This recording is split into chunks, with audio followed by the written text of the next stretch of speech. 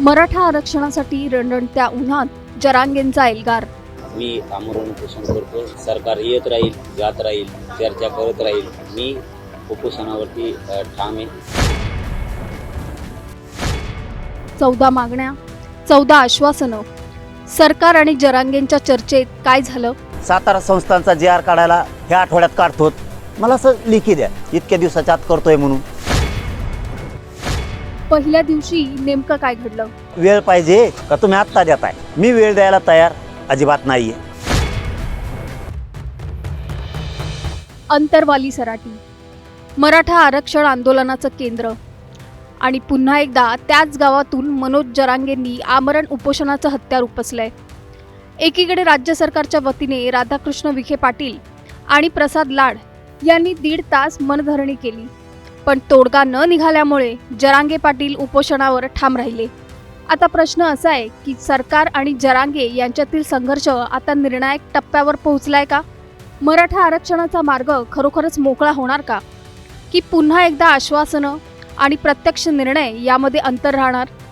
जरांगेंचं उपोषण सुरू होताच सरकारचं शिष्टमंडळ मसुदा घेऊन अंतरवाली सराटीत दाखल झालं। या मसुद्यात नेमकं काय आहे? सरकारने कोणती आश्वासनं दिली आहेत? जरांगेंच्या 14 मागण्यांपैकी किती मागण्या मान्य झाल्या? आणि सर्वात महत्त्वाचं, या आश्वासनांवर विश्वास ठेवून जरांगे उपोषण मागे घेणार का? की मराठा आरक्षणाची लढाई आणखी तीव्र होणार?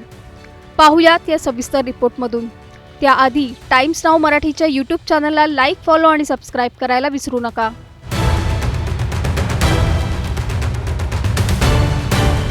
तरकडून मरायला तयार आहे किंवा फडणवीसांच्या गोळ्याने मरायला तयार आहे, पण मी हटायला तयार नाही, एक लक्षात घ्या फक्त। मराठा आरक्षणाच्या मागणीसाठी आंदोलनकर्ते मनोज जरांगे पाटील यांनी अंतरवाली सराटीत पुन्हा एकदा आमरण उपोषण सुरू केलंय। त्याआधी जरांगेंच्या सरकारसोबत अनेक फेऱ्यांमध्ये चर्चा झाल्या, पण त्यात कुठलाही ठोस निर्णय झाला नाही। त्यामुळे जरांगेंनी उपोषणाचा मार्ग निवडल्याचं बोललं जातंय। अंतरवलीत सकाळी 10 वाजता मनोज जरांगेंचं उपोषण सुरू झालं। रणरणत्या उन्हात एका शेतामध्ये बाजेवर डोक्याला मुंडासं बांधून मनोज जरांगेंनी उपोषण सुरू केलं। इकडे जरांगेंचं उपोषण सुरू होताच राज्य सरकारकडून तातडीने हालचाली सुरू झाल्या। मराठा आरक्षण उपसमितीचे अध्यक्ष राधाकृष्ण विखे पाटील स्वतः अंतरवली सराटीत पोहोचले। त्यांनी सरकारतर्फे तयार करण्यात आलेला विशेष मसुदा मनोज जरांगेंना सुपूर्द केला।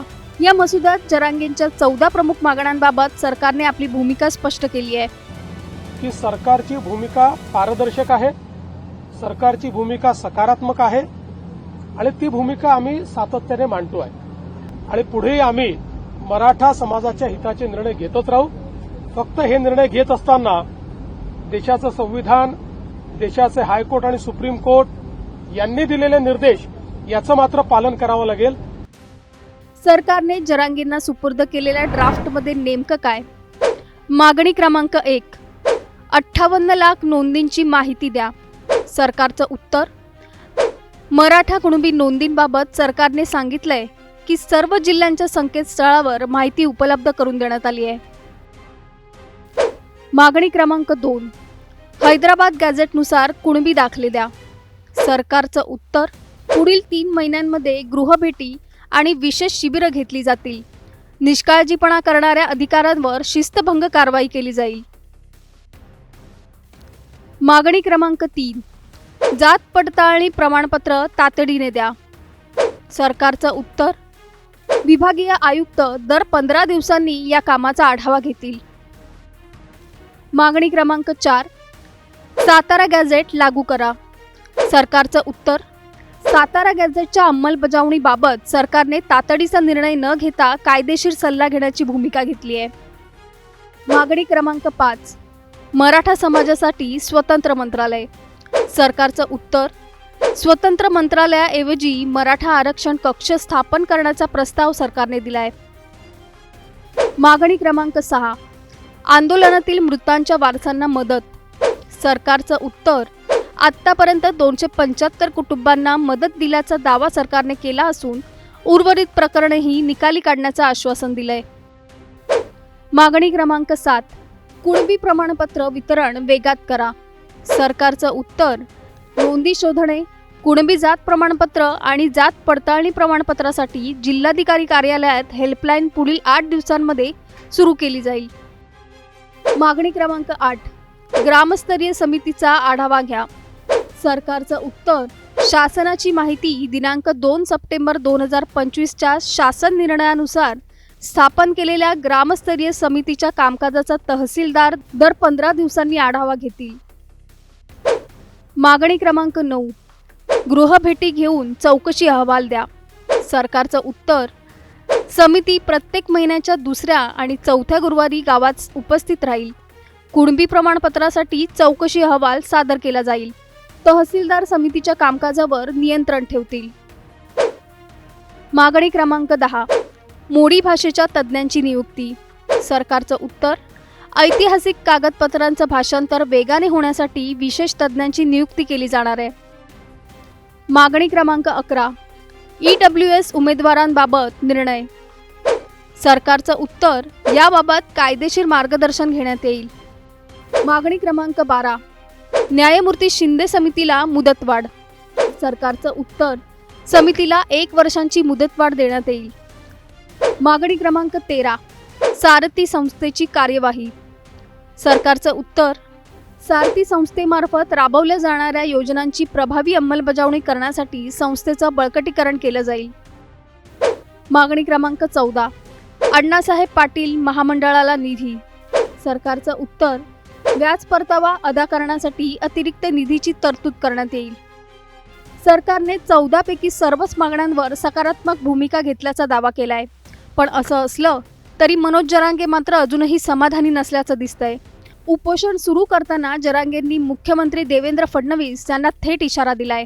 करपडून मरायला तयार आहे किंवा फडणवीसांच्या गोळ्याने मरायला तयार आहे. पण मी हटायला तयार नाही. एक लक्षात घ्या, फक्त हल्ल्याचा प्रयोग झाला.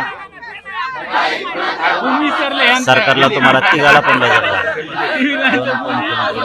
लय जड राज्यातलं आंदोलन कधीच बंद नाही. तुम्हाला रडकुंड येणार. आंदोलन थांबवतं तरी थांबणार. दुसरीकडे मुख्यमंत्री देवेंद्र फडणवीस यांनी सरकारची भूमिका स्पष्ट केली आहे. मराठा आरक्षणाबाबत आम्ही सकारात्मक आहोत, मात्र निर्णय संविधान आणि न्यायालयाच्या चौकटीतच घेतले जातील. तसंच ओबीसी समाजावर कोणताही अन्याय होऊ देणार नाही अशी ग्वाही मुख्यमंत्र्यांनी दिली आहे. एका समाजाचं काढून दुसऱ्या समाजाला द्यायचं अशा प्रकारचं या सरकारने कधीही केलं नाही, आम्ही करणार नाही. ओबीसी समाजालाही घाबरण्याची आवश्यकता नाही. आम्ही मराठा समाजाचंही त्या ठिकाणी समाधान करू, त्याकरताही सगळे निर्णय आम्ही घेऊ. पण त्यावेळी ओबीसी समाजावर कुठलाही अन्याय आम्ही होऊ देणार नाही. एका बाजूला मनोज जरांगे पाटील यांनी आमरण उपोषण सुरू केलंय, तर दुसऱ्या बाजूला राज्य सरकारने त्यांच्या 14 मागण्यांवर 14 आश्वासनांचा मसुदा सादर करून संवादाचा मार्ग खुला ठेवण्याचा प्रयत्न केलाय. सरकारचा दावा आहे की अनेक मागण्यांवर प्रत्यक्ष कारवाई सुरू आहे, मात्र मराठा समाजाच्या मनातला प्रश्न अजूनही कायम आहे. मराठा समाजाला अपेक्षित असलेला आरक्षणाचा मार्ग अजूनही पूर्णपणे मोकळा झालेला नाही. यात मनोज जरांगे पाटील यांची भूमिका देखील तितकीच महत्त्वाची ठरणार आहे.